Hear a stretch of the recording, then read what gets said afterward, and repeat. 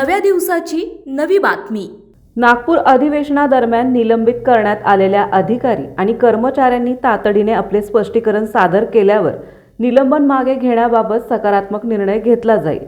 या पार्श्वभूमीवर सर्व संघटना आपले आंदोलन मागे घेतील असा विश्वास महसूल मंत्री चंद्रशेखर बावनकुळे यांनी व्यक्त केला। राज्यातील विविध महसूल संघटनांच्या प्रतिनिधींसोबत झालेल्या बैठकीत एकूण 13 मुद्द्यांवर सविस्तर चर्चा करण्यात आली।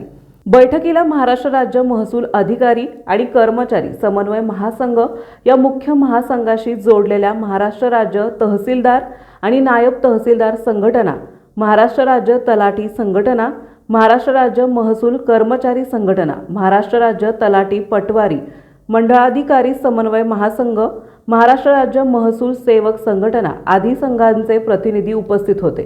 बावनकुळे म्हणाले की ज्या अधिकाऱ्यांनी चुकीचे काम केले आहे त्यांच्यावरच निलंबनाची कारवाई झाली आहे, मात्र नैसर्गिक न्यायानुसार त्यांना आपले म्हणणे मांडण्याची संधी दिली जात आहे। पुढील 3 दिवसात त्यांनी आपले स्पष्टीकरण द्यावे, त्यावर आधारित अहवाल तयार करून पुढील निर्णय घेतला जाईल।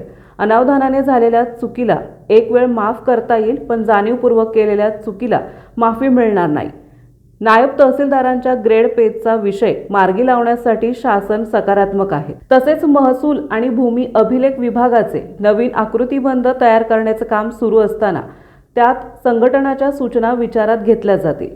तलाठ्यांसाठी नवीन लॅपटॉप लवकरच दिले जातील। आतापर्यंत सुमारे 750 अधिकाऱ्यांची पदोन्नती करण्यात आली असून यात अतिरिक्त जिल्हाधिकारी आणि उपविभागीय अधिकाऱ्यांना प्राधान्य दिल्याचं त्यांनी स्पष्ट केलंय।